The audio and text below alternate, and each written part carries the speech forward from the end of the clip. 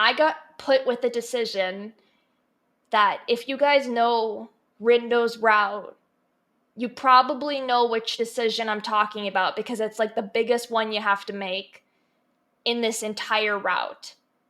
And it is basically Rindo gets put on gets a hex on him from attacking a monster, and he's slowly dying, and nobody can save him. But there's a potion that if you give it to him, he'll survive, but he'll turn into not human anymore. He'll turn into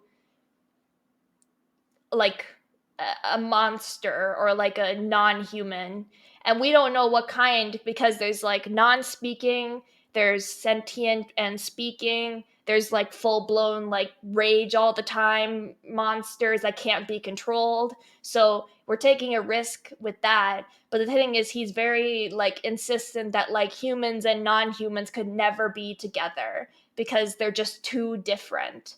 And he has said like he loves his humanity, he enjoys he's glad that he's human, and he really was persistent about this.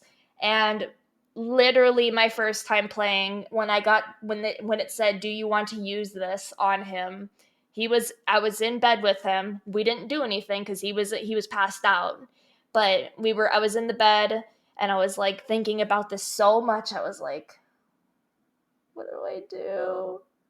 What do I do? And I was like, you know what? Rindo, Rindo wouldn't want to become this. He wouldn't want it. So I let him die. And I got the bad ending. And I'm like, this is not the bad ending. This is the ending that he wanted. I know he wanted it. Because when I did do the ending where I gave him the potion, he started screaming out in frustration that he never asked for this, because he gets like his body gets like transformed into like this weird like skeletal monster thing, and he has to like learn how to control it. He's actually still pretty human for the most part. Like his body didn't change a lot. I mean, half of his body did, but he still looks pretty human for the most part. But there's like a scene behind the scenes where the protagonist isn't listening, and he screams. He's like, "I never asked for this. I never asked for it." And I was like, I knew he would hate it. Why did I do it? But the protagonist was like, I don't care how much you hate me. I don't care if you never want to see me again. I just need you to live.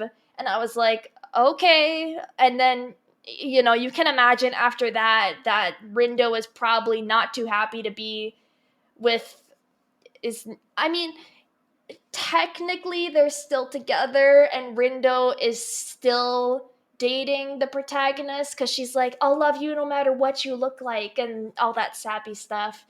um and I was just kind of feeling like, when you're put in a situation like that it it felt like Rindo wasn't really interested or wasn't ready to date the protagonist after what he just went through. Um, but, she was very insistent that she would be the one to be with him forever.